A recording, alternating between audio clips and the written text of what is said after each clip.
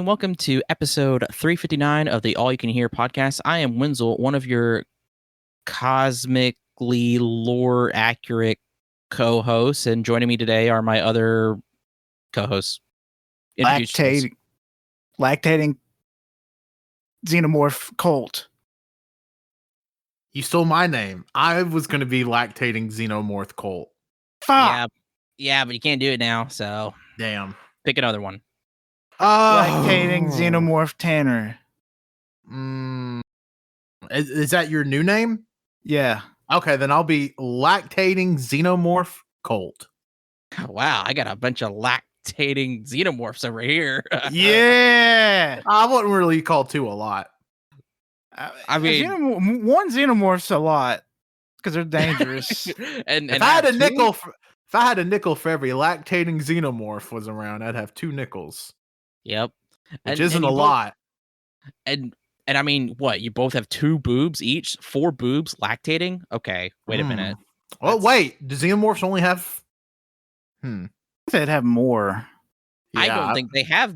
I don't think they have breasts. I think it's those holes on their backs. Okay, hold on. I'll get to the middle remember. of this. Let me pull up Google. No, if they have 2 of those vents, they're just vents. They have more than 2. Can No, they xenomorphs? They have Google's 2. xenomorph butthole. Oh, no. Sorry. Hold on, I'm 4 reading. No, 2 vents on each side of their side, so 4 vents. So 8 vents total if we have 2. There we go. Sorry. Okay, well, I got a YouTube video that's 8 years old from a YouTube channel called Epic Face Fist called Alien Lactation, and then in parentheses it says Alien Isolation and Killing Floor Parody. Oh, that's Okay. unique. I'm watching it real quick. All right, we'll take the time to do that. We'll leave this in, by the way, so please, audience, bear with us. Also, AI voiceovers 9 years ago. Fuck yes. Wow, they were ahead of the curve. Yeah. John Madden. Hold on. Does somebody want to guess how many views this video on YouTube has? It's 9 years old. 9 years old. It's probably not as many as you are thinking, but it's more than it should. It's 40,000.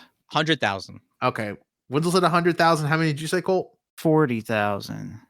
879,000. What the fuck? Almost a million. Wow. Okay. Almost 1 million views. It was uploaded December 3rd, 2014. Is it a big channel? The channel has 183,000 subscribers, but I don't know how many subscribers they had. Let's see. They have 76 videos. Their last upload was 2 years ago. Can't believe they just left Wow. us. It looks like they were doing like Meat Canyon style videos. Okay.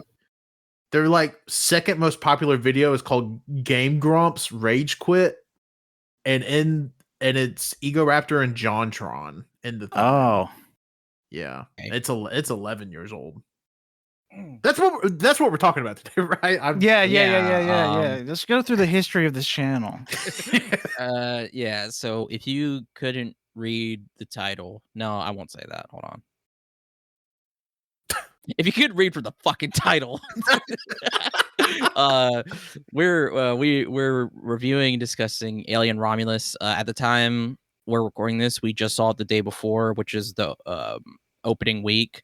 At the time this comes out, it'll be a week after, so there will be spoilers. And yeah, do you think? I have a question because I'm curious, and I've kind of seen people go back and forth now.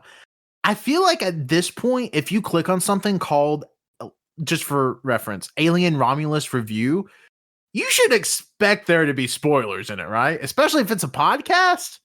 Yes, but also some people are stupid. No, I agree. I feel like now more so than anything, instead of seeing like spoilers ahead, like I'll see in the title of something, hey, this is a spoiler-free review. That's also true.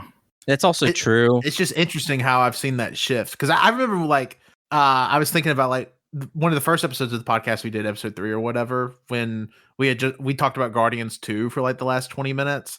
And we were like, oh, can we say a spoiler? Can we say a spoiler? It was just so much of a bigger deal 7 years ago than it is now. if you're clicking on something called name of movie that's new review, you should just kind of know. I mean, I just say that for legal reasons. Of course, yeah. Yeah. Yeah, because I don't want anybody to be like, "Oh, they didn't say this episode had spoilers. I'm gonna take them to court." Yeah, and now all of a sudden you're canceled. Yeah, and Judge Judy is up my ass about it. You know what? Yeah. I don't care if you're gonna cancel me. You know what? Just go ahead and freaking cancel me. You know what? Go ahead and just cancel me. You know, just go ahead. One of us should have been the other character instead of all three of us saying it. You know what? Cancel me. Short for calculator. Oh my god. You know, yeah. Hey, I'm going to say something, and if I offend somebody, go ahead and cancel me. Okay. So yeah, let's just get into it. Directed by Fede Alvarez. I hope I'm saying that right. I'm sorry if I'm not. Yeah, he's listening. Yeah, sorry. Got your ass. He is most famous for 2013's Evil Dead remake and 2016's Don't Breathe. And has anybody here seen Don't Breathe besides me? I think Tanner? No, I haven't. You haven't? Somebody in our friend group has seen Don't Breathe and they don't like it. I don't know who they are. Don't Breathe is good in my opinion. Me and Colt just recently, for me it was a rewatch. For him it was his first time watched the Evil Dead remake. It's still good. This just came out. Its budget was $80 million and its opening box office was $108.2 million. They got that money back. Yeah, 41.5 domestic, which is the second best in the franchise's history, which is kind of wild. Yep. And also insane. Like, I know we'll get into it. Insane. This movie $80 million is not a huge budget for a big franchise movie. Yeah, that's what really surprised me when I saw that announcement. I was like, 80 million, like that's so small, and for it to, spoiler, it looked as good as it did, is kind of insane. It looked fucking phenomenal. Yeah, that shot, I definitely thought you were about to hit us with like a $150 million number. The fact that this movie costs less than Borderlands. Yeah, I mean, they used actors that were young and didn't have a huge price tag. I mean, sure, but even then, man. And then it wasn't in developmental hell for 14 years. Okay, cool. Well, if you just want to say how much you love Borderlands, we can. No, I'm saying that this was a good movie, despite not going through all that fucking bullshit. Did you want Cate Blanchett in this movie? No, I wanted Kevin Hart. Kevin Hart as the Xenomorph. Ooh. And he'd say a joke, and then he'd kill people. Yeah, comic accurate Xenomorph. He'd be like, damn. And then bite their face off. Oh my God. Know that reference? No, it's actually like a fully regular Xenomorph, but like the fucking tongue mouth that comes out is Kevin Hart's head. It's Kevin Hart. And then he starts doing his stand-up. Yeah. Oh man.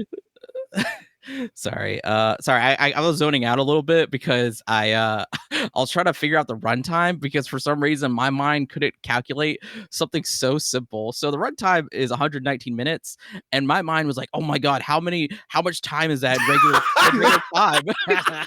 And I couldn't understand that if you just subtract 1 minute from 120, you get an hour and 59 minutes.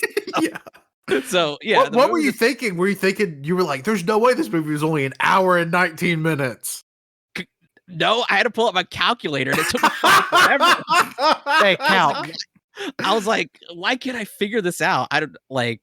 My God, I don't know what's. I don't know why. So hey, yeah, Colt, Blood had to use the calc. Yeah, it's so true. It's almost 2 hours long. Okay, there you go. Quick cast list. So. Kaylee Spaney, who played Priscilla in A24's Priscilla. She played the young woman journalist in Civil War. She is playing Rain, an orphaned minor in this film. David Johnson plays Andy, an android reprogrammed by her father as her surrogate brother. Archie Renau plays Tyler, one of Rain's ex-boyfriend and the brother of Kay, who is played by Isabella Merced, and Spike Fearon plays Bjorn, Taylor and Kay's cousin, and then Eileen Wu plays Navarro, a pilot and Bjorn's girlfriend. And then Isabella Merced also played Dora and Dora in the Lost City of Gold. Yep, the live action Dora the Explorer. I had no idea about that until last night, and the range is kind of crazy. Could you imagine if she pulled out some of her Dora knowledge though for this? Yeah, like what if she gave birth to Boots? Xenomorph, no swiping. Xenomorph, no swiping. Oh, she should have said that. I don't know. If, oh man! Or when she had the fucking backpack, she sang the song. Backpack. Did Discord catch my screeching? By the way, yes, it did. No, it did. Yeah. Okay, good. I just got to make sure that was in there.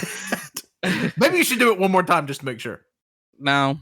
Hey guys, randomly through this episode, just one time, I'm gonna Five Nights at Freddy's jump scare the listener.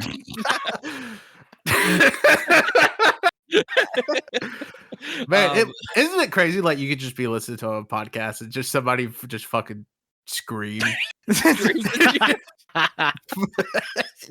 or it's like a totally like not one of the co-hosts scream. It's just inserted in the podcast. Okay, it's just like super fucking loud. Yeah, I listened to a podcast that would do that with farts. They would cut in a fart into the show and they would like challenge the editor to find it, and they couldn't find it. So sometimes episodes would get uploaded and there was like a 10-second fart in the show. Can you imagine though if there was a podcast where the gimmick was that every so often in their episodes there were jump scares? Like I think we're giving away good ideas. I'm gonna say like talk about like if we do this like right now, like we'd be pushing the envelope about what's possible, right? I mean, we did an ASMR episode like 6 years ago, 5 years ago, 6 years ago. Like, man, talking about art house experimental, you need to listen to the All You Can Hear podcast. That's what I'm saying. All right, but yeah, we're gonna God damn it! Scared? Yeah, I got scared. That scared me. Oh man, I can't believe I'm going to get canceled again. Oh, go ahead and cancel me. Hey, if screaming while somebody's driving right in their ear over their radio station is cancelable, go ahead and cancel me. You think somebody's ever had a car accident listening to the show? Well, you know what? We'll just talk about it later. Here's one more idea. A GPS that screams at you randomly. So it's like urgent, like turn. My GPS doesn't do that, but my car does that. My car has like one of the sensors in it. Like if you're approaching a vehicle in front of you too fast, it'll go like, it'll play like emergency alarm. And it did it while we were driving back from Disney World. And I was like legitimately 30 feet away from this car. And like I start braking. And I don't know if it's the way the sun hit like the front facing camera or sensor or whatever, but it started doing it and it scared the shit out of me. Ghost car. Yeah. I hope my car's not haunted. It's only 2 years old. That I'm the only driver of it. That you know of. That you know of. A new haunted car. Interesting. I've never thought of that. You're going to have to go back to the factory where it was made, abandoned, by the way, to find out the history of the car. My 2022 Santa Fe was made in an abandoned factory. This is a Blumhouse. If you're listening, I will sell you the script for $1 billion. Yeah, I think they have it too. Yeah, we can call it like Karstein. No. Please fucking laugh. No, think of an original fucking name. Just call it Car. Call it Car. No, Disney's gonna sue your ass. No, their movie's called Cars. What if we have multiple? Yeah. Cars with a Z. What if there's the zombie car? Oh, so here's my idea. Tanner goes back to the factory, abandoned by the way, 2020. And he looks into the files about his car. Turns out he wasn't the only owner of the car. Whoever had it before me did not drive it a lot. I had 8 miles when I bought it. So Damn. Well, what happened in the stretch of 8 miles? Yeah, I mean, you're right. I mean, that's like 41,000 feet. And so then what Tanner has to do is he has to trace back the 8 miles. So what he does, and he figures out that it must have been 4 miles from the factory and 4 miles back. So he goes 4 miles to find a shack in the woods. Who do we get to play me in the movie? Okay. Timothy Chalamet?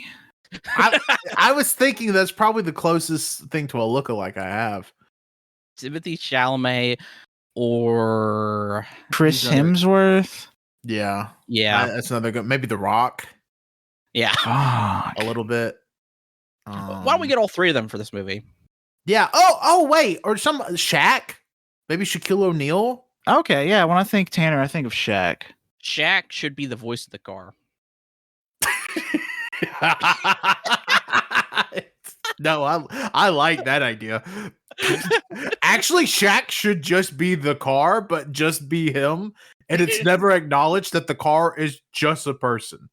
And then whenever Tanner And he makes just car noises. And then when Tanner gets too deep into this, the door's locked. He's like, I can't let you do that, Tanner. It's just me pulling on Shaq's arm. Okay, let's talk about a real movie. We were. I know, yeah. Should mention too, the cinematography is done by Gallo Olivares. I mentioned that because the cinematography was crazy in this, and then the music was done by Benjamin Wallfish. I thought the sounds and the music were incredible. I mean, I don't know if he did the sound, but the music though was very good. But yeah, I would agree. All right, so we ready to get into this plot? I'm always ready. All right, so like as usual, I just literally look at Wikipedia. I go through the plot here, and then we just talk about it as we go through. This movie does, in the Alien storyline, it takes place between the first Alien movie and Aliens. And also, I want to mention, as somebody that has never seen an Alien movie, coming into this, you don't have to see any of them to get it. Yeah. No, you don't. If you do watch the previous stuff, I mean, everything's just more of an Easter egg here. Yeah. I should mention too, there will be mild spoilers for Prometheus and Covenant because they do play a role in this film. Yeah, but also you can go into this movie not having seen those, and it doesn't. Nothing. You're not lost. Yeah. I was never lost. Absolutely. So in 2142, a Weyland-Yutani space probe investigates the wreckage of the USCSS Nostromo, collecting an organic object containing a xenomorph. This sequence in the very beginning was very cool because it was just nothing but silence, for space. And then whenever like you see the ship, the probe coming through, and because it's like an object, it's blacking out a certain part of the space with the stars and stuff. I thought that was very cool. Also, too, whenever they're doing the credits, they use that very grainy, not grainy, but like old style type of credit font. I thought that was really cool. That literally, I automatically I'm locked in when I see that font. Like the old, like somebody typing on what people thought computers or computers were in like the 80s. Love that shit. I'm a sucker for that shit. Yeah, it's very cool. And this entire time too, like we're getting this analog, like computers light up. It's so cool. I mentioned this whenever I've been talking about it on like my social media, is like just the blend of analog and digital in this film is so, I love that shit. It's so good. The sounds are so satisfying in this movie, by the way. Mm-hmm. A lot of good clicking. That classic assault rifle sound also comes into play. I love the sound of the Alien assault rifle. Oh yeah, for sure. And then too, the entire time they're doing their excavation basically of the object containing the xenomorph, it's very religious sounding. There's this choir that's just building and building and building. It's so fucking good. And we saw this in IMAX, so it was loud as fuck. I feel like this movie was the loudest IMAX movie we've seen. It's the loudest I've seen in a hot fucking minute for sure. I mean, Yeah. Avatar was really fucking loud, but this movie is probably louder than Avatar. Well, that's something they do, right? Like with horror films in theaters is they turn the sound up because they want to fucking scare the shit out of people. So I imagine with an IMAX, they turn it up even louder. Yeah, and then just like the better audio system anyways. Like, yeah. Oh, okay, wait a minute. Our theater experience was so funny with this movie because we're sitting there, it takes forever for the fucking movie to start now. And we're going through the trailers, and it was so weird because we got some of the stuff that they showed towards the end early. And so we were like, oh shit, we didn't get a Coca-Cola ad. That's weird. But then towards the end, we get all the same not the Coca-Cola ad, the sponsor ads, thanking the sponsors. Yep. We got that at the end, and then they played the Nicole Kidman spot twice. And literally, as soon as they played it, everybody got so mad in the theater. It was so funny. Yeah, they played this 2 different Nicole Kidman spots. Like, they did it, and they said, "Oh, we want to thank you for our." It was 31 minutes from the time trailer started to the time the movie started. No, 31 minutes. Yes, Wenzel, thank you for reminding me of this, because this was something I wanted to hit on. Obviously, we at AYCH are huge proponents for going to the theater, keeping theaters alive. Go see as many movies as you can in the theater, please. But holy shit. And I don't like, our theater of choice is AMC. I don't know if it's this bad at other chains. I'm going to assume yes or close. 30 minutes of commercials before a movie is frankly unacceptable. We had a 1:45 screen time for Alien Romulus, and the opening credits of Alien Romulus hit at 2:16. That is insane. That is so much wasted time. I understand, yes, put some movie trailers in front of it, put some commercials. We got to cap that shit 15, 20 minutes. It's insane because we didn't have this before. But now at the start of this year, they have to put thank you to our sponsors. They have to put a Coca-Cola ad. They have to do the Nicole Kidman ad. And then when you have stuff like IMAX or 3D, I guess because it's weird how they sequence it, they have to show all this shit again. Mm-hmm. And also for the IMAX screenings at AMC, they do a 10-second countdown before it starts. It's because they're letting you know the IMAX is starting. Yeah, but it's so stupid. It's like, it's so stupid. And now to experience IMAX at AMC theaters. And it's like 10. No, and it's just like the most 2004 liquid silver font coming towards you. I'm like, this isn't even 3D. I mean, I would be fine with it if there wasn't all of the like the AMC ads beforehand. Yeah, I'm so pissed when I'm at a theater and they're advertising the goddamn theater. I'm here. My money is already in your pocket. Yes, exactly, Cole. Also, can we talk about celebrating 100 years of AMC? That started before COVID. Yeah. Why am I still seeing it in the theater 4.5 fucking years later? Like, that's my thing too, is that whenever because they'll sometimes show that fucking not that, but like, well, it's actually a part of it. The thing where it shows you like the exits and make sure to be quiet and blah blah blah. They'll show that like almost sometimes. There was one time we got it 3 times because they showed it twice during the section before like the trailers or the movie ever starts or whatever, and then they showed it a 3rd time, and it's just like, do they not just ever update their shit? Because it really just seems like they put in a tape, it plays, bam. But then whenever the movie still hasn't started, they just play the goddamn tape again. And it's just like, okay, are we not? It's 2024. Do we not have advanced technology? It's too much. Like, yeah, I personally think watching the movie in theaters is great. I love it. It's one of my favorite things to do. But imagine if you went to sit down in your house and played a movie off of, just say, Prime Video, like you rented it for $6. And before it started, it said add 35 minutes. People would riot in the streets. Like, people would be so pissed off at that. Like, I don't know. I get the movie trailer aspect of it, and I'm fine with the movie trailer aspect of it.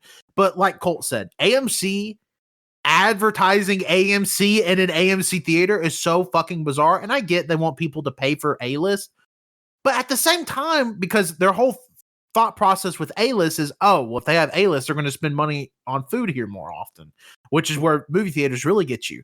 But even then, if you have people coming to your theater 4 times a month and they don't have A-list, you are making more money off of them than you do, say, us, for instance, because we're only paying $20 a month. I haven't bought theater food probably since 2010. The only time I buy theater food is with my rewards. Yeah, that's the only. And I'll get like an icy. I always use my rewards. If I am truly desperate, I think I've had to actually buy food once without. Yeah, rewards. I've never had real food from an AMC, and our AMC's a dine-in. They'll deliver, or one of our AMC, the AMC I usually go to is a dine-in, but like this AMC has food and stuff too, and I've never had like real food at an AMC. I've ever had popcorn or an icy. Yeah, I've only gotten. I always get the little filled churros. Oh, now Wenzel, you did get those one time, and I tried one, and they were quite delicious. The chocolate filled churros. That's my go-to if I'm like really hungry. Yeah. But I always try to use my rewards if I have any on those. Oh yeah, absolutely. Because their food there's expensive. I mean, you might as well just go out to fucking eat. Yeah. And now if I do get anything else, I'll just get a candy. And if I have $5 rewards, the candy itself is only like 50 cents. Yeah. So I will say the like pre-trailer stuff, this was the worst it's been probably ever.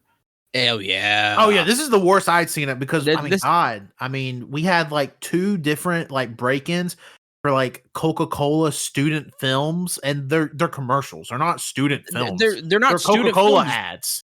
And the thing is too, they're like not long at all. They're so fucking short. And it's just like, okay, like I'm like, good job that you got to film these, but also too, they're just ads. Like there's nothing crazy. Like it's just people drinking Coke, looking at the screen. It's not even a good ad if you ask me. I'm sorry, it's a student film. The only one that was probably really involved was the animated one. Yes, I agree. There was actually a little more work put into that one. That first one they showed, I'm like, congratulations, you get to put that you did a commercial for Coca-Cola on your resume forever. I mean, yeah, that could probably get you a lot of jobs. Yeah, legitimately, it probably does. But I'm like, do we have to see it inside this AMC? And there's like, already so many Coca-Cola ads, because that's really what it boils down to. It's Coca-Cola ads, AMC ads, and trailers. It's what it really is, which is bizarre. Ugh. All right. Let's talk about the movie. Yeah, we got to get back to the film, but that is a good point that Tanner brought up, and I'm glad I did bring it up because it's so. Yeah, because I completely forgot about it. Now I'm pissed off about it again. All right, so Rain Carradine, an orphan, works with her adoptive brother Andy, a reprogrammed synthetic human at the colony Jackson Star. After her contract is forcibly extended by Wayland Yutani, she met her quota of 12,000 hours, and then it got extended on the spot to 24,000, which is like 6 more years of work. Yeah, I would kill the woman through the glass. Yeah, I would kill myself in front of him. Movie would ended right there for me. I completely agree. Like it's just like, oh, okay, she's getting arrested. Yeah. Oh, that's weird. The main character's in jail. Where did the xenomorphs come in? Yeah, and then the entire time it just shows the space station empty, and then xenomorphs are just waiting. Like, damn, nobody's here. Shit. They're like checking their watches. They're like, no, this is actually fucking crazy for real. And okay, so after her contract, I already said that. Sorry. She agrees to join her ex-boyfriend Tyler to derelict spacecraft to retrieve cryostasis pods. These chambers will allow Rain and her friends Tyler, his pregnant sister Kay, it was revealed that she was pregnant, cousin Bjorn, and Bjorn's girlfriend Navarro to escape to the planet Yavaga. They need Andy because his ability to interface with the onboard computer system is crucial for the mission. Rain is hesitant to send Andy, but is convinced by Tyler and Andy to allow him to assist. They fly the hauler Corbellin to the spacecraft, which is revealed to be a station divided into parts Romulus and Remus, a reference to the Roman legend. Wow, I will say that just one little information about Andy. is that he's considered like a damaged synthetic, and like he's kind of got the mind of a child in the way he acts. Yeah, and so that's what I was interested in. I assume, because they never really explain, I assume it's because her dad, like, essentially, I think they even say at one point he was picked up out of the garbage. Yeah, So Yeah, I think he was like a used model that her dad kind of tinkered with, and like made for home use, if that makes sense. But Yeah. I thought it was weird they never got into it, but that is my headcanon with Andy. Yeah, he has his Twitch, but I mean, you know, he's great though. Like, yeah, he's yeah. awesome. And yeah, so he's been tinkered with, synthetic human, and oh god, there was something else I was gonna say too. Great collection of dad jokes. Yes, that's literally, he has a collection of dad jokes because that was his prime directive given to by their dad, was to look out for Rain, or to do what's best for Rain. And so he follows that, and part of that is trying to tell her dad jokes, or to try to calm her. And I love him. While retrieving stasis chambers, Tyler, Bjorn, and Andy accidentally revive frozen facehuggers and trigger a lockdown. Also, too, the entire time, Bjorn is just, oh my god, such an asshole. I hate that guy. Yeah, and kind of British. Very British. I will say, every time him and Tyler are talking, I cannot understand. Like, there are times where they're speaking to each other, and I just miss it. I get the gist of it, but I would just love subtitles for these British fucks. So luckily, Riley and I had just finished the latest season of Too Hot to Handle, which has literally the most British person I've ever heard in my life. So I am semi-fluent, so I was getting it, but I was still like, this Cockney bastard. Yeah. And yeah, exploring the little bits of this, we see this section of the space station was, you know, again, really good set design. The cryo chambers too, their designs was very, I really enjoyed it, seeing them come out and then go back in. It was very satisfying. And then I'm trying to think, there was oh my god, whenever they're ascending out of the colony, and the it's like a scream, this loud scream that's happening. Yeah, I thought it was sure fucking was loud. I'll say that. I thought it was very cool. I think it was cool. interesting. An interesting way to depict like something like that. And then it's revealed too, the reason why Bjorn is so mean to Andy, to all synthetics, is because his mom died because a synthetic closed the mine, because they work in mines, and he closed the mine because to save the rest of the workers, he had to let like 3 die or whatever, and one of them was Bjorn's mom. Yeah, to save a dozen workers, the synthetic had to let 3 of them. All of them were going to die, or just those 3 were going to die, and the synthetic chose just those 3 were going to die. Because they mentioned in the movie, they're like, well, synthetics don't make, decisions to kill humans. They're like, yeah, but they make decisions that best suit the most humans. Yeah.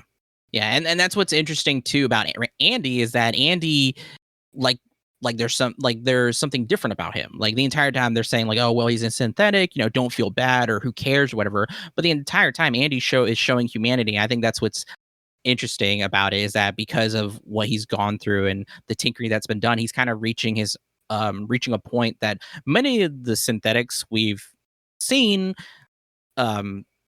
have not reached this point, and that is that he's reaching kind of, in a way, like self-awareness, like true, like becoming a true, having his own, being an entity with his own free will. And I think that's fascinating. And then there's also a dead synthetic that they find that was pretty gnarly, because of acid blood, obviously. So to override the lockdown, Rain installs a chip from the damaged synthetic Rook into Andy, granting him access to the station while also updating his thought processing and general efficiency. Unbeknownst to the others, this also changes his prime directive, making him loyal solely to Weyland-Yutani. Also makes him a little British. It does. Like his whole demeanor, like everything just changes about him, and it's so like good. Because whenever he does his reboot in the room where all the facehuggers are, he does this pose that looks like it's like him, like very like strained handing something while his head is facing up with his eyes rolled back, as the facehuggers are like, it's like the camera is coming back to us and it shows the facehuggers falling out.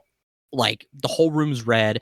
It's a gorgeous, very cool shot. Like crazy imagery. It's like feels so religious. It's so good. I'm curious how they shot that, because the actor that plays Andy, I thought like it doesn't just look like, oh, this guy's just standing still. It literally looked like he was frozen, like in time.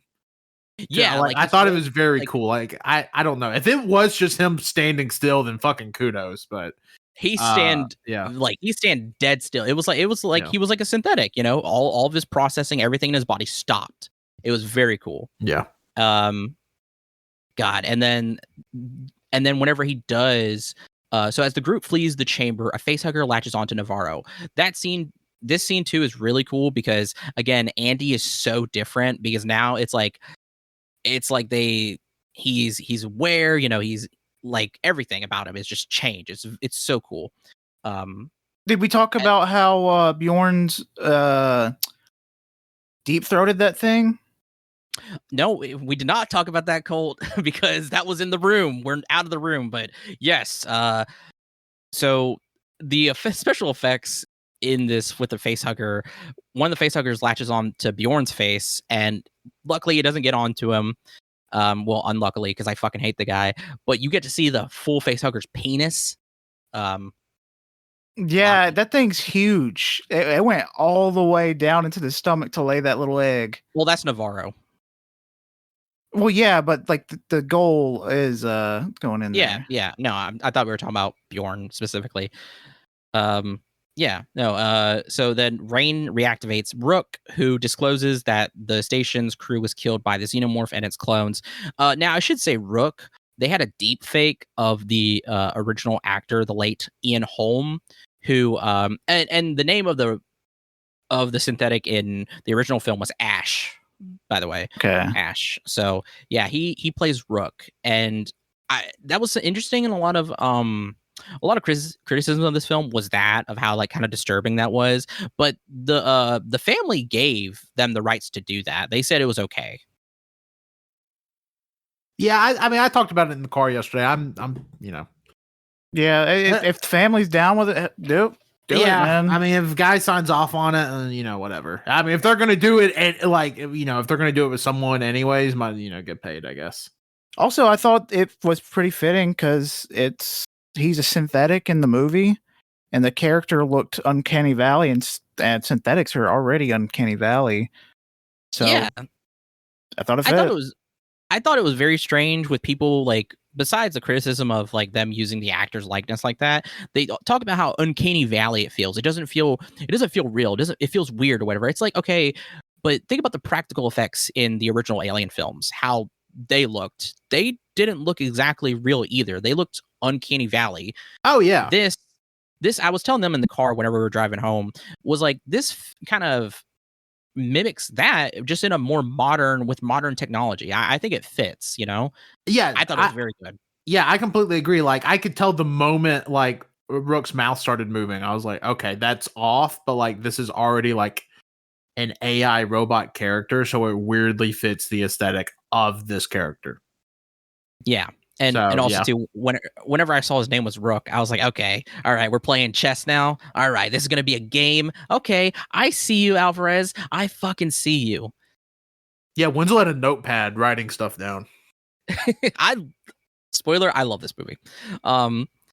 So he talks about the xenomorph and its clones. Very good, very cool dialogue here. Talking about how the xenomorph had its swan song, which was dispensing acid after it died because it was shot up, which burned through the fucking ship or the station. Tyler tries to remove the creature. Rook warns it may have implanted a seed.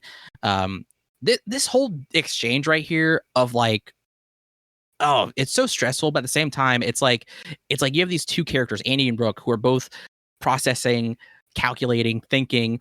Like it's so, I don't know, it's just so, I love it. It's just so good. Like you feel the stress at the moment, but like it's like Rook and Andy, because they're synthetics, it's like they're in control now. Like everything maybe seem a little chaotic, but for the most part, they're going to handle everything, and they're going to do it with as much coldness and efficiency as possible.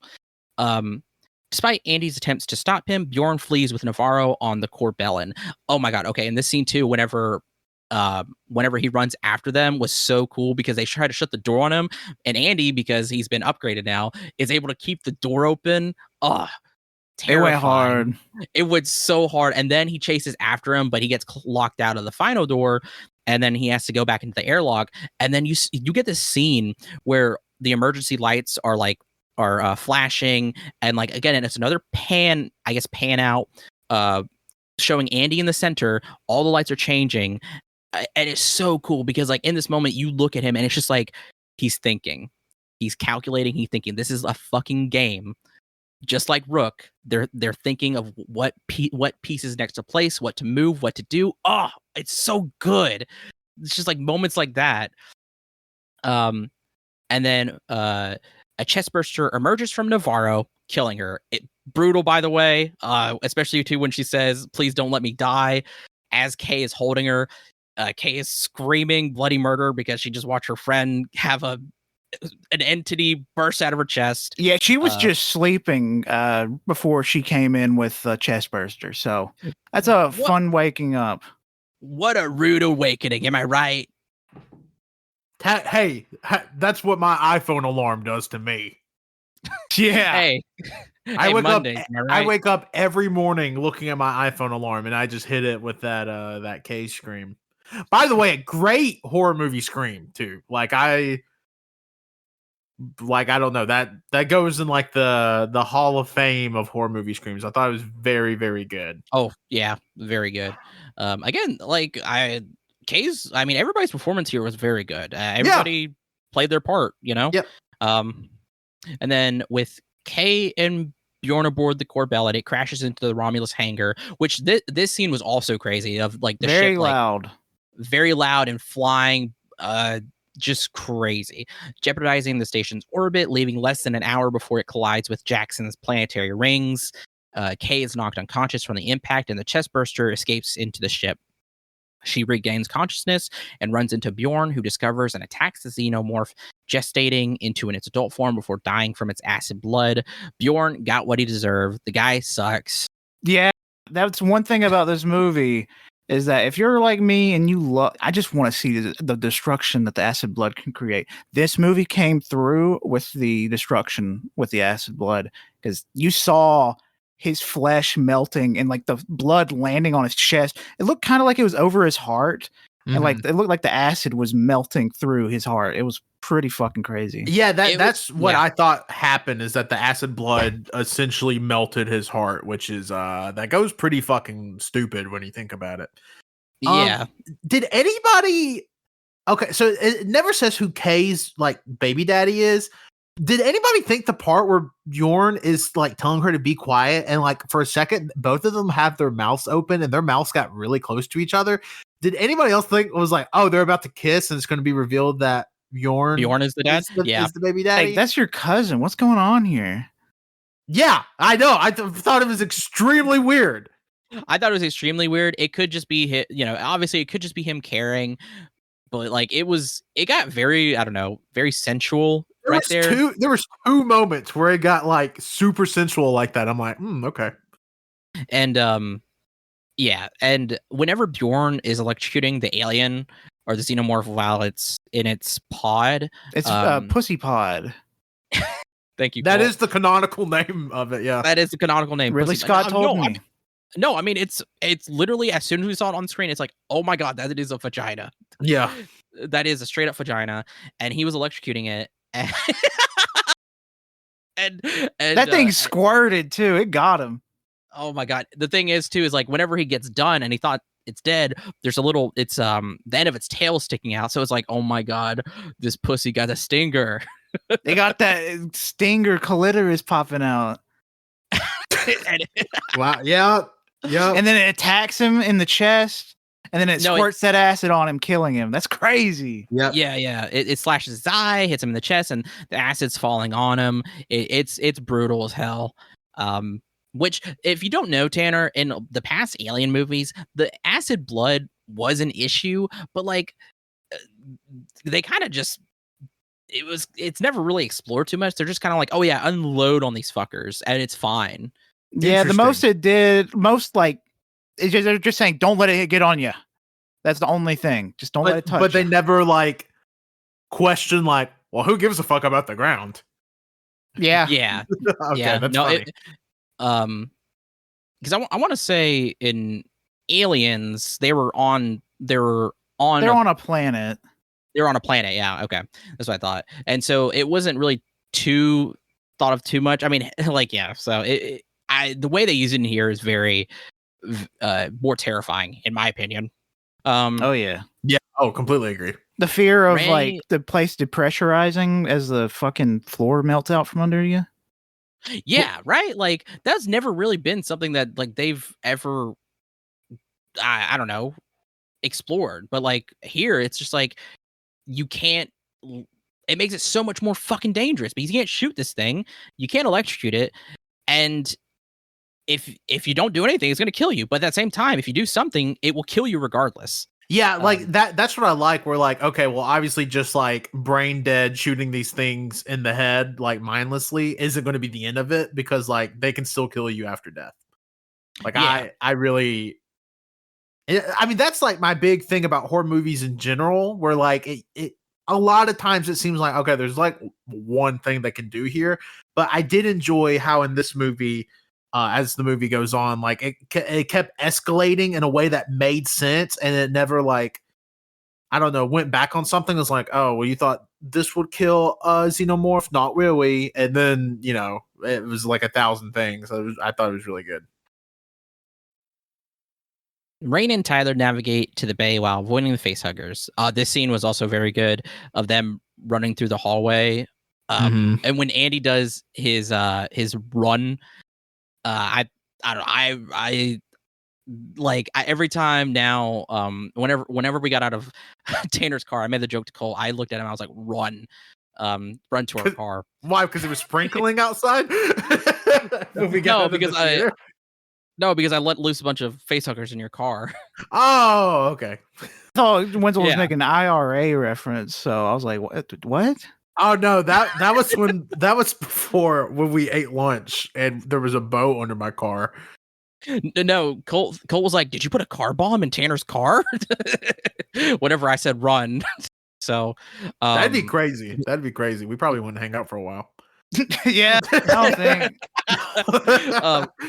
Also, too, whenever they're doing the scene, they come up with a solution to get past these facehuggers, which was to match their body temperature to the room temperature, because they follow heat signatures. And whenever it showed the temperature rising up, everybody in the theater was like, "Oh no! Oh my god!"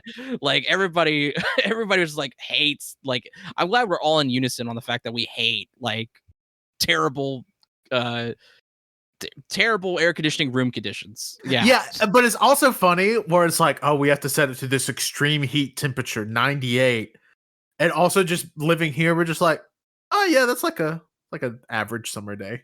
Yeah, but that's outside. We're talking about inside. Oh yeah, I completely agree. 98 degrees inside a house would have me actually, I would get thrown in prison. Yeah, I'd be foaming out of the mouth. Yeah, I would stop speaking and just grunting.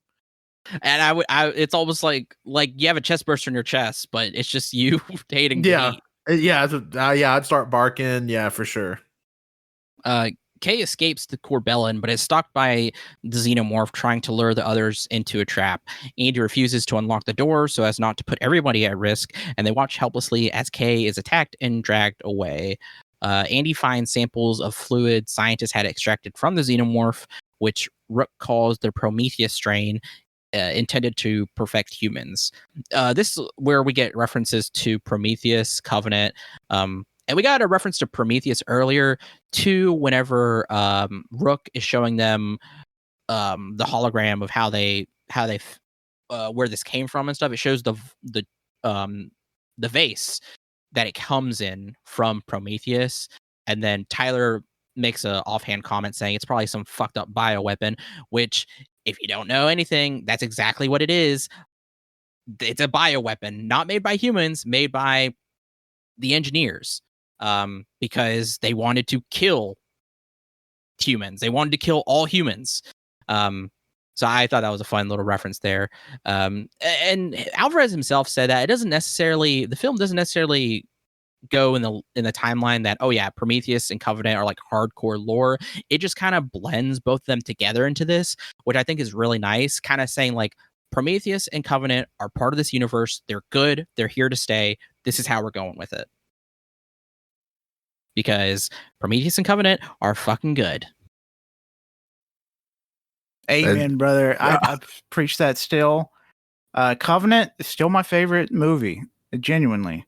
I will say there's one downside to this movie, is that it doesn't explore the lore more than I liked that it did in Prometheus and Covenant. Yeah, I mean, it's whatever, because I don't know.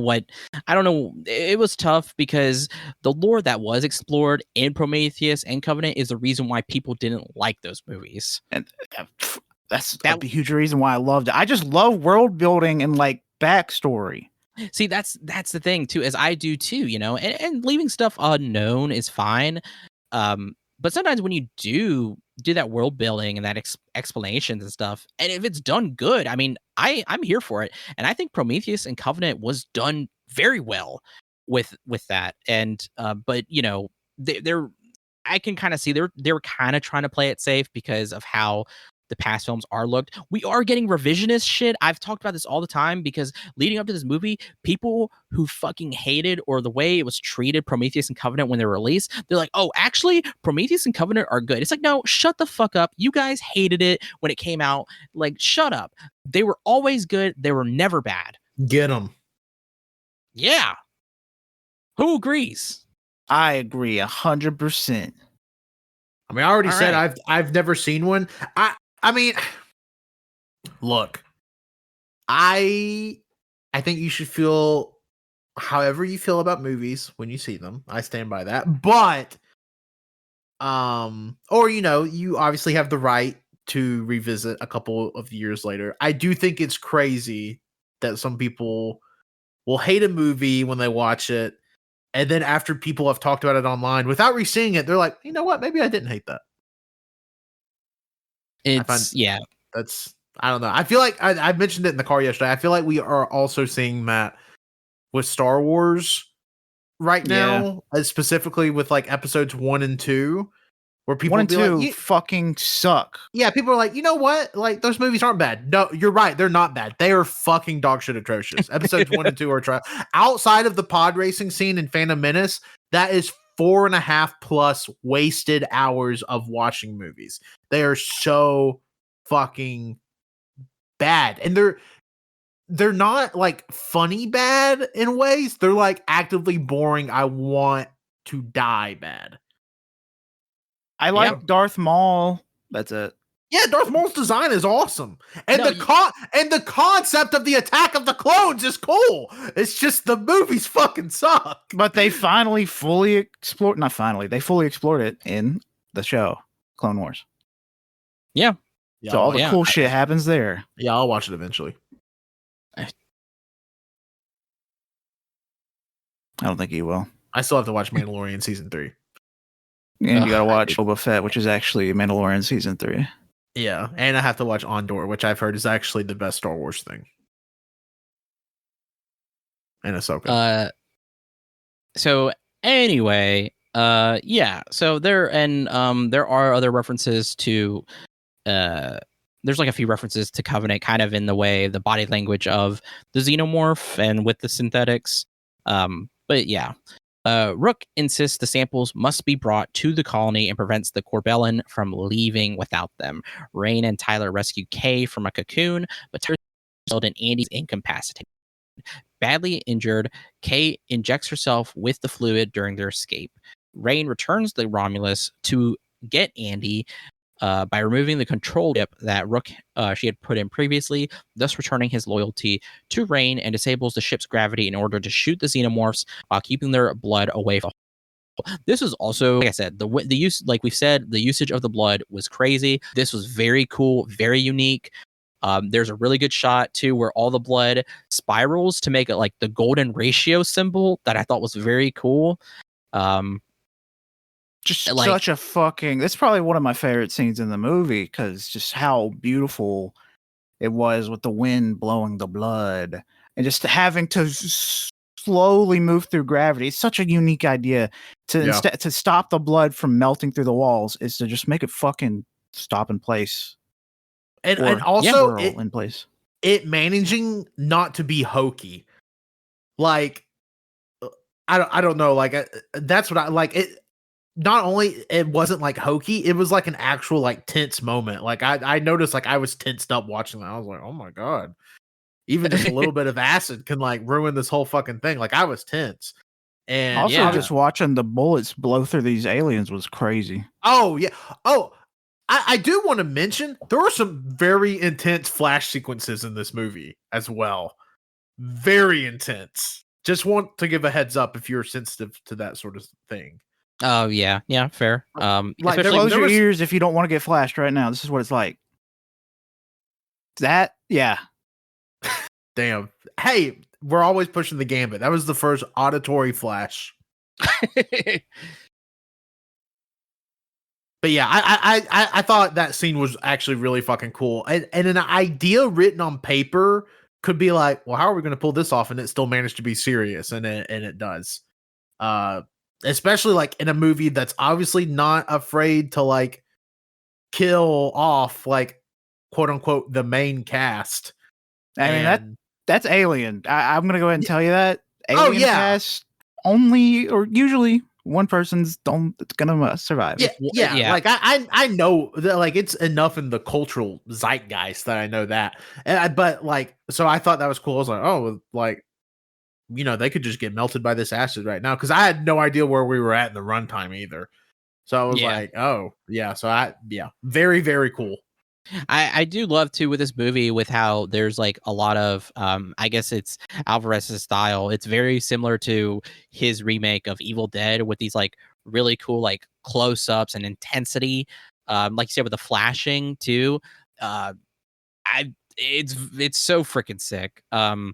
There's also this really cool sequence too where they have to make it up to the elevator shaft because again gravity is about to come back on, and as they're making up, of course gravity comes back on and Ray is falling, but then as she's falling, one of the xenomorph saves her, which I thought was very interesting.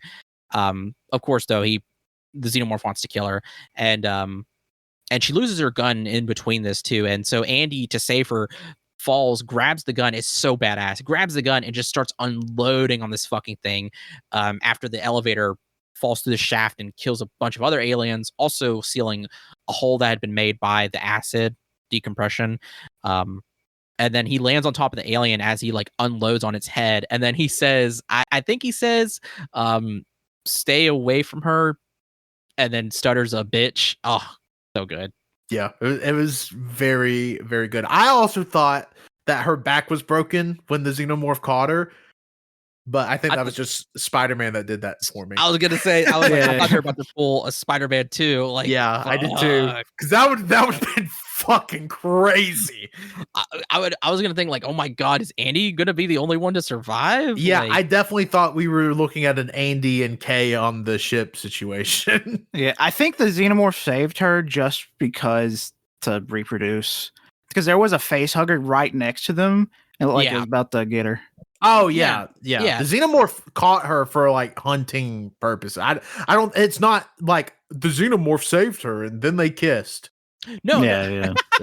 No, I thought which also would have been cool. By the way, I thought it was just interesting because it adds kind of like I said, the body language and how the xenomorphs do things. Because for the most part, we see them as just an animal, but it's so cool because they're described as the perfect organism. Acid blood, the ability to reproduce so fucking fast, high efficiency to kill, and it's just crazy. And whenever we see the xenomorph come up to Andy as he's tripping out, the xenomorphs never mess with the synthetics because in a way, because it kind of is recognized that since the synthetics aren't human, they can kind of detect that and be like, oh, there's no point in trying to impregnate them.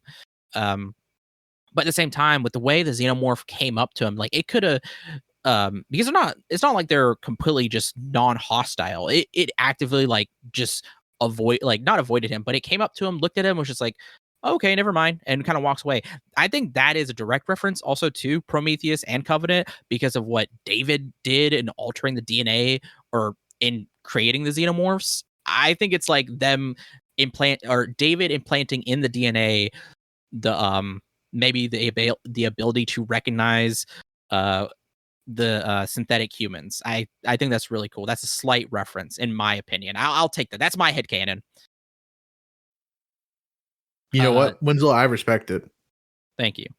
They make it back to the Corbellin just before the station crashes into the rings, destroying Brooke. This scene of the Romulus Romance station being destroyed slowly, well, not slowly, but like it's pretty slow because it's still getting destroyed by the final fight. Yeah, no, like slowly but surely by the rocks is gorgeous. Like you're talking about the CGI budget for this is insane. Like it looks so like crazy, dude. The space station's basically being put on a cheese grater and just getting rubbed out. Yep. Yeah. And whenever towards the end, we get another shot of it in the background as it's slowly being graded upon these rocks, and it's just like this black mass and fire. It's so cool, so crazy. Yeah, that's another reason why I think the movie only costed $80 million. Surprised me because all the shit in space looks literally some of the best I've ever seen.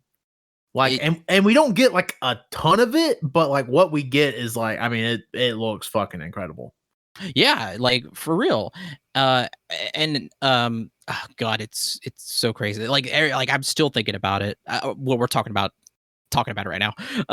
So as Ray and Andy prepare for their trip to Yavaga, Kay is affected by the fluid injection and gives birth to a rapidly growing human xenomorph hybrid. This sequence of her giving birth was brutal as hell. That's also just Alvarez.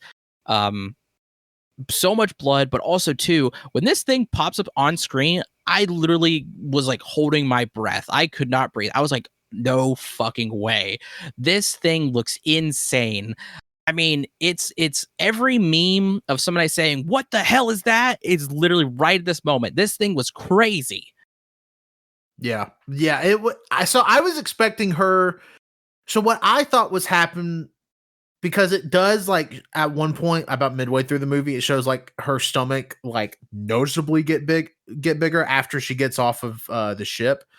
So I was like, oh, okay. So what happened was like the baby alien ate her baby and she's going to give birth to a xenomorph. Did not expect a hybrid. Yeah, no, I mean that's how the xenomorphs and their the black goo works. It'll speed things up. And with that stuff fusing with her human fetus, it grew rapidly. Yeah.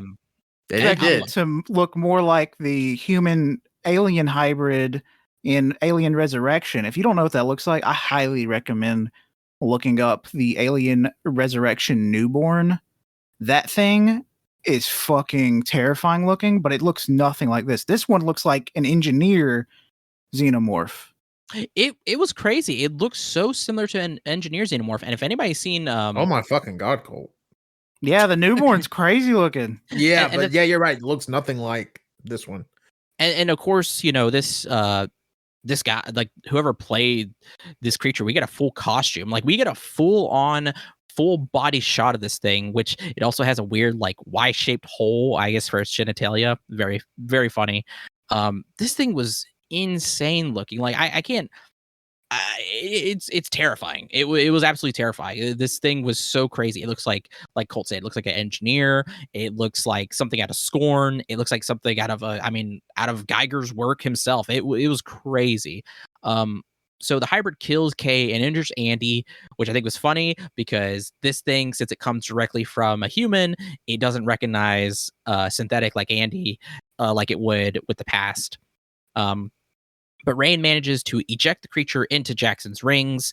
There was a jump scare in there too, whenever she's hanging on by one of the ropes of the ship, where it comes out of the dust that's being created to grab her. That scared me, and I know it scared Colt.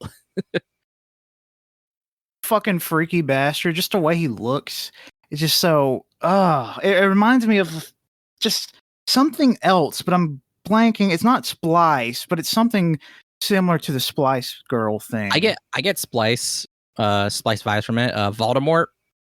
Yeah. It honestly reminded me, and I had just watched this the night before, so maybe it's just fresh on my mind. But in Smile, spoilers for 2022 Smile, the monster at the end when it still has her mom's skin on. Like just being in that uncanny valley of having the extremely long legs and arms. Yeah. It kind of reminded me of that in a weird way. I was like, oh, okay. Interesting. Yeah, and then, you know, the thing is too, is people talk about Ian Holm, Rook being uncanny valley. This feels like the primal like shit uncanny valley. Oh my god, yeah. This is like straight up like I don't know if the whole movie would fall under just like solely horror, or it's probably more horror thriller, but like this part in particular, like with Xenomorph Human Baby, is pure horror. Like I like it. That's a fucking monster. It's so good. Yeah. Oh god, just crazy. And like I said, there's this gorgeous shot of the space station still being destroyed as the ship is flying out of the rings. It's so crazy. She places Andy in a chamber, records a log about their arrival at Yavaga before entering stasis herself, and then that's it. And it all lived happily ever after. The little baby got shredded up and lived with his shreds all throughout the planetary rings. Very happy. Yep. I mean, for the most part, the fact that like there's nothing else, like I mean, the alien or the human hybrid was dealt with. It's dead. It's gone. It's just Rain now with Andy. Like there's nothing else. Like I mean, it's pretty much brighter, I would say. I guess more optimistic looking than some of the past films. The ending definitely left room for a sequel, and just judging based off of the opening weekend, I would imagine we get a direct sequel to Romulus. And I'm betting it comes from the injected juice, because I imagine Kay brought the serum onto the ship. Yes. Yeah. That'd be crazy if the next one's called Alien Injected Juice. Fuck. I do love the name themes here. We got, you know, like I've said before, Prometheus, Covenant, and now Romulus. I think I love this system of naming these films. It's incredible. I should mention too, there actually is a Alien series coming to Hulu. Yeah, that surprised me. I was not expecting that. Is it tied to this? Like, it takes place before Prometheus. It's a huge prequel. Where the fuck is Prometheus in the timeline? very, Prometheus, very beginning. Prometheus is the start of everything. Okay. So You this watch takes a place before dude that. drink a goo and become like a part of life. Sick. Part of life. He is alive though. He's I part of know, life. but like he just becomes part of the everything. It's called Alien Earth. So I assume it takes place on Earth. That would be a choice. Yeah. I'm Yeah. very interested in A live finding out action what show? they're doing. Yeah. Yes. Yeah. Yeah, I mean, this But- movie had I more so now than ever. I want to go back and watch them. Is this the part where we give our ratings or? Yeah, we just talk about this is where we talk about any final thoughts we have. Like just summarizing everything we thought of, what we liked, This is where we go into that. Yeah, so I know it's like a meme on this show for me, like, oh, Tanner just doesn't like horror, like anything horror adjacent Tanner doesn't like. And for the most part, that is true. I just typically the genre as a whole does not excite me as much as other things or as much as other people. That being All right, said, let's go to Colt. No, I'm just kidding. that being said, I thought this movie was very, very good. I gave it 3.5 on Letterboxd just for reference. I thought it was very good. It has me interested in going back and watching the other Alien movies, which I have wanted to do for a while, but this is probably going to be the kick in the ass that I need to actually go and do it, because I'm actually now interested in like the whole lore and everything. Hell yeah. Hell yeah. I recommend it because Aliens are very good. Everything after that is okay, but I mean, they're fun. And then Prometheus and Covenant are extremely good. I will still stand by that forever and until the end of fucking time. And then now this is probably my, not probably, this is definitely my favorite alien movie. Yeah, this movie, fucking fantastic. 4.5 stars. I'm an alien head. I want all the alien action figures. It's one of my favorite creature designs. H.R. Geiger is a fucking genius whenever he came up with this creature. If I had to put it somewhere, I'd put it number 2. Number 1 being Covenant, this, and then Prometheus. I got a hot take out there. I think the first Alien is third to last because I don't think it's better than Aliens or the movies I just listed. I think that 3 and Resurrection are the okay ones, and Aliens only better than those 2. Dude, seriously, because this movie just came out and horror everything right now is just insane. Like there's people who love it like me, there's people who hate it, and there's people who, and part of those people that hate it is like I saw one tweet talked about how there are people who hold on so much to the original film as being the best thing ever to ever fucking exist ever, and nothing else will ever be as good. And that's just the Alien fandom, which is so funny. Like they like everything after, it's like they just hold on to it so much, and it's just like, let it fucking go, dude. It's a good movie, but there's better shit, my guy. Especially now we have Prometheus, we have Covenant, we have this. Like you can't keep saying the first Alien is the best ever. It's like it's okay to let it go. I'm sorry, let it go. I still gave it 4 stars, but it's not my favorite. Yeah, I mean, 4 stars is still very fucking good. I think it's a 4-star movie. Like, it's still good. But when you have these other movies that have come out since then, it's just like, shit, man, let it go. Like, come on. Also, I should mention too, one of the other references to Prometheus was the music. There was a specific musical cue that they had in there whenever they talk about Yavaga, or when they see the sun for the first time out of the colony, and whenever Rook is talking about Promethean fire, they take the song cues from Prometheus, like that, just that sense of wonder there. I'm trying to look for the official track. I think I want to say it's Entry of the Gods into Valhalla. I think that's what it is, if I'm not mistaken. Fucking crazy track. Yeah, it's old, so but it's very fitting because again, there's a lot of religious, mythological imagery with this, and that's what I love. Like And that's why I think Prometheus, Covenant, and this are better than the first Alien film and Aliens, because of that mythological and religious imagery here. Like they get into some weird cosmic shit too. And what's interesting, somebody pointed out that even though a lot of the stuff has been explained, there if you go back into Prometheus, they have a mural of an entity that looks like the xenomorph. And that was the only thing that's never explained. Why do the engineers have a mural of this entity? And a lot of people think that the engineers were trying to recreate this being, and that's why we have the xenomorphs. I think that's something like, okay, we still have an unknown, and that's completely fine. Yeah. So as I've said throughout this film, and if you can tell, I love this fucking movie. The performances. I mean, Kaylee Spaney is phenomenal. Who plays David Johnson as Andy. Dude, the dude, like, this is great. And even the minor characters, I mean, they were good. I mean, I hated Bjorn. Like, that was his goal. Kay, you feel bad for her. Tyler, Navarro, she's just a pilot, but holy shit. Like, I like how you just said Tyler, nothing else. You had Tyler.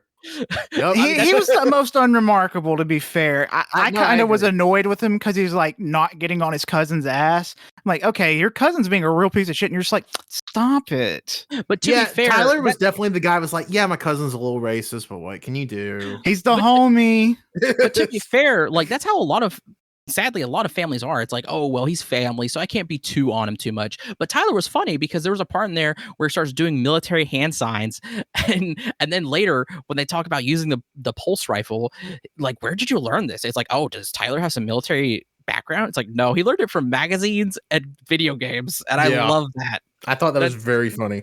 That was very good. I like, there's so much has already been said. Cinematography, the photography, the music, the editing, like, it's just phenomenal, like, through and through. Like, I can't hate this movie, for the love of God. It's so good. Like, I can't, like, it's one of my favorite films this year now. It's one of my favorite sci-fi horror films. Like, holy shit, dude. And then also too, with the horror genre, and like you said, Tanner, and this isn't a jab at you, this is mostly a jab at everybody who feels this way about horror. There's a really good tweet that kind of brings this up, because horror genre is so misunderstood, in my opinion. And to kind of better vocalize, I'm going to read this tweet. Horror is the best film genre because it's the most expressive, most emotionally rich, the greatest space for imaginative imagery and editing, and artistic language so expansive that most of the best films ever have horror elements in their DNA. And not only that, it does so much with testing sound design. Like, it's just so crazy to think that there's so many people. And again, this is not a stab at you, Tanner. This is a general thing that I've seen a lot of people share with when it comes to horror and how they view it. It's just like, I don't know what more, like, you can absolutely get. Like, it's so there's so much to it. It's so rich. Oh yeah, I don't agree with all of that, but I do agree with parts of it for sure. And it's not that I know you wasn't digging at me or anything, but just coming from my perspective, like, it's not like I hate horror. I tend to give horror a lot of chances. Like I was telling y'all yesterday, there's still several horror movies from this year I want to watch. But I do agree that the people that write off a genre completely are insane. It's kind of the same argument where people are like, oh, I don't watch or a whole medium like anime. They're like, I don't watch anime. It has weird stuff. Like, that's such a old way of thinking. I'm like, you are depriving yourself of so much good shit. And the horror stuff that does break through into like The Lighthouse, for instance. Fucking adore that movie. One of my favorite movies ever. If I didn't like horror, I wouldn't have watched it. I just never would have watched it. But yeah, I completely agree. There is a lot of room for very liberal filmmaking in it, because you can do a lot of stuff that just doesn't fit other genres. Completely agree with that. Thank you. I was like, oh, I dropped. No. But I have to ask, what don't you agree with what I just said? I I think just it being the declarative statement of it is the best. Like I don't think I could do that with any one genre. And maybe if you've seen 10,000 movies, maybe you feel comfortable doing that. I don't know how many movies this person has seen. I like, because there's just so much good shit in every genre of filmmaking. Like I think it feels weird to say declaratively that one genre of film is better than all of the rest, even if that is like your personal bias. I do think it's kind of weird to make it a declarative statement like that, but I get it's also Twitter, so I'm not reading too far into it. Like, yeah. You want to say the shit that's going to get you the most engagement. I have said outrageous shit on Twitter I did it for 15 fucking years. Like, I get it for sure. But yeah, that would be the part that I didn't wholeheartedly agree with. No, I definitely get that. Not reading too much into it, but I mean that's also where I'm like because at the very end, whenever they said there's horror elements somewhere in a lot of films DNA, because horror films is some of the earliest, that's why I think it's trying to get that, and that's where you see that in a lot of films. So yeah, I completely agree with that. And like you said, with writing off the horror film genre, that's kind of where too I go into that, or it connects with each other. Like writing off that whenever so much has that horror DNA in it. Like it's but yeah, no, okay, fair. That's like writing off a whole genre. Like you miss so much good shit. Like, for instance, you and Colt are going to watch Wicked. I do not think y'all are going to like that movie because it's a fucking musical. Like, I don't think y'all just usually aren't big fans of musicals. I love musicals. Well, Colt's not then. Yeah, no, it's just I was gonna say because okay, yeah, but like, so Colt, I knew one of y'all wasn't. I just assumed it was both. But Colt's probably not gonna like that movie. But I do enjoy the fact that Colt would be like, you know what? There was something in the trailer. Colt was talking about like the set design and like the fantasy elements of it. He's like, that has me interested enough to go see it. Like I couldn't imagine. I don't know. I hate the idea of hate watching something. Yeah, like that there's so much better shit you can do with your time than to watch something you're not going to like. Like, it blows my mind. Like, if Colt saw that and was like, oh, it's a musical? Dude, Ariana Grande is the main fucking person in the movie. Of course it's a musical. And yes, blows my mind that there's people out there that will spend hours and hours and days hate watching stuff just to get, engagement on social media, or like have a YouTube video saying like, oh, has Alien gone woke? Like, yeah, like fuck that. That's so stupid. A woman protagonist in Alien? What the fuck? Yeah. Oh wait. I will say I don't know how I'm not really excited for Ariana Grande in Wicked. Yeah, I don't. Ariana Grande, I think, is a fun actress. Victorious is a good show. No, I think she's. I just don't like her music. Oh yeah, I'm not here to sell y'all on it. By the way, I just don't know. Yeah, no, I just don't know how I'm gonna feel. Because I think at times she's just too awkward and weird. I don't know. That's just me. I'll never forgive her for licking that goddamn donut. I'm very excited to see how Wicked contrasts with Gladiator 2. I am too. Which we're also seeing on the same day. So yeah, ratings real quick. I gave it 5 stars, of course. Tanner, I think you already said yours 3.5. Yeah, I went 3.5. 4.5. 4.5. Okay. Ah! Oh, nice. That was my Five Nights at Freddy's. Nice one. That's an average, Wenzel, in case you wanted to average as a 4.3 repeating. Oh, okay. So okay. I mean, yeah, we all liked it. Obviously, Wenzel and Colt liked it more than I did. But like, yeah, I don't know. I was not expecting a ton from this movie. I was mainly going to hang out, but I was very impressed by it. No, that's good. That's good. Yeah. Well, just know whenever we go to see films, we're going in hardcore, bro. We're not going in. Yeah, I know. It was crazy. Wenzel at one point says, I have to go piss. And then he didn't get up from his seat. I was like, oh. That was a joke I told Colt when you went up to go pee before the movie started. I was like, wouldn't it be crazy if you told us he was going to go pee and then just didn't move? Yeah. It would be crazy if I pissed my pants. Yeah. I just went poop. Hey, what I miss? I just shit. What I miss? I just I finished. I was going to say there was 2 options, but I guess there was a third. Yeah. All right. But yeah, if anybody has anything else to say at all, let's get into plugs. Thank you for listening. Can you not interrupt me? Blood said, "Don't interrupt, Colt." Bruh. Okay. God, that's so Ohio of you. Grizzy. Okay. Thank you for listening to the AllYouCanHear podcast. You could listen to us on SoundCloud. Hawk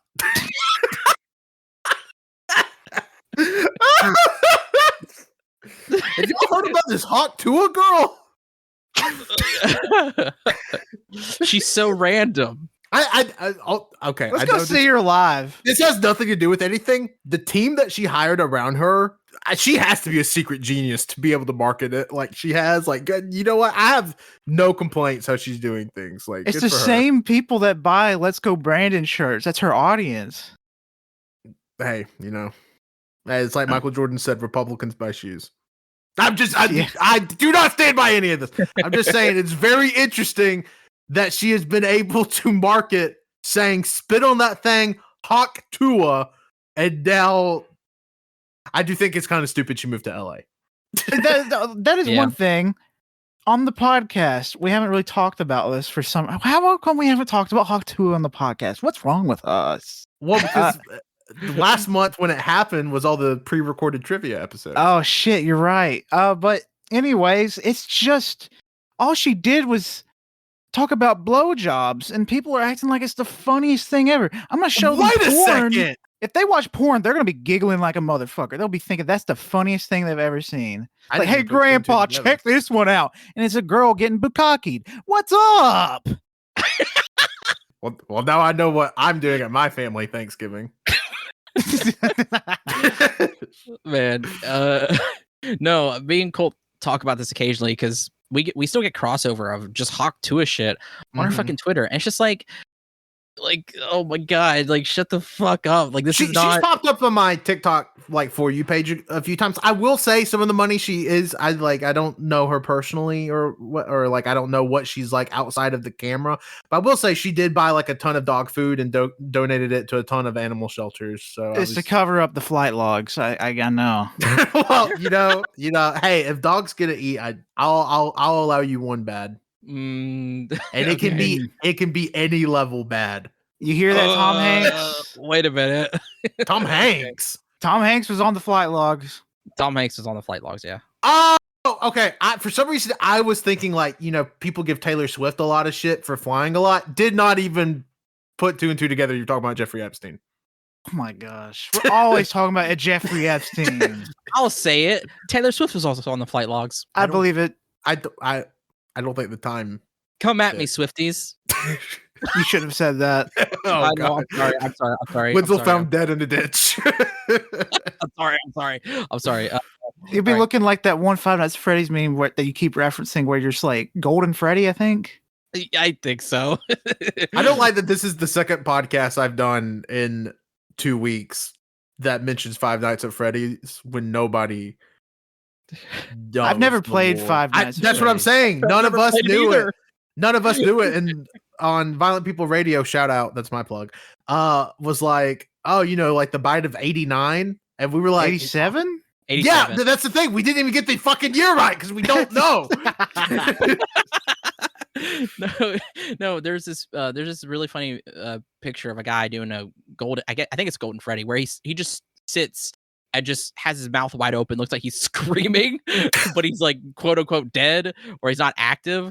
And now I do this bit with Colt where every time I look over at me and like I'm like sad or annoyed about something, I do a Golden Freddy bit where I just stand there or I sit there with my mouth open, look like I'm screaming. Yeah, he did it in front of the waiter. It was something. Yeah, I did it at Borderlands. Sir, what do you want for lunch? I'm doing it right now. Yeah. All right, Wenzel, get into the plugs. All right, listen to us on SoundCloud, Spotify, Apple Podcasts, Overcast. We're everywhere. Leave us a review, feedback, subscribe, whatever. We appreciate it. Follow us on Twitter at AYCH Podcast. Go follow Backlog BoyZ, go follow. Cage and Greatness, go follow. Instruction Booklet, go follow. Violent People, they're all great. Go check them out.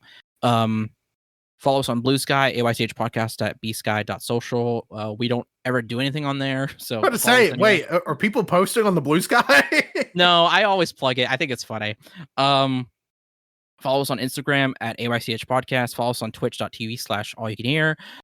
Check out our YouTube, All You Can Hear, where all of our VODs from our Twitch and instruction booklets all go. Also, every episode of the podcast is on the YouTube. Yes. They've been up on the YouTube since May. They go up on Mondays as well. The times kind of vary because of the RSS feed difference.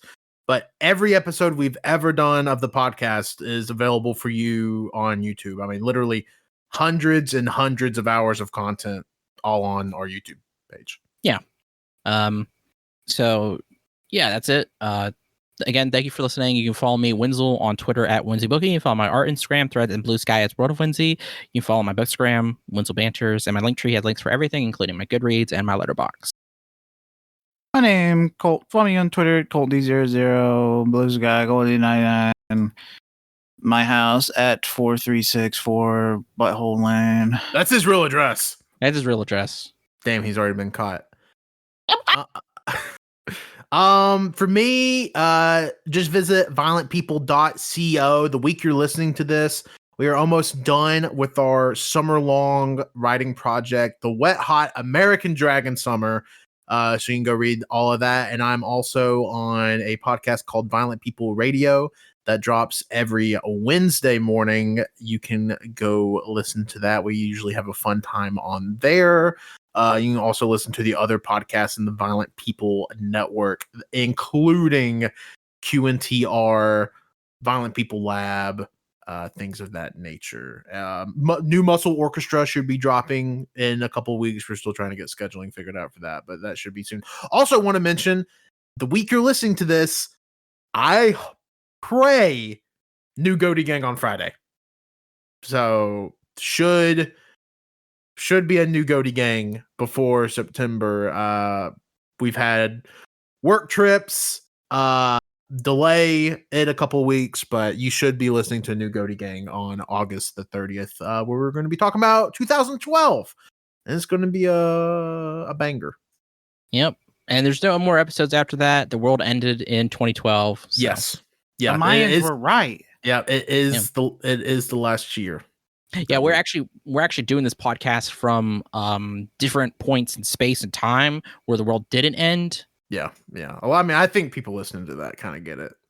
Now I'm just making sure. Yeah. All right. Well, that's it. Thank you for listening. I love you.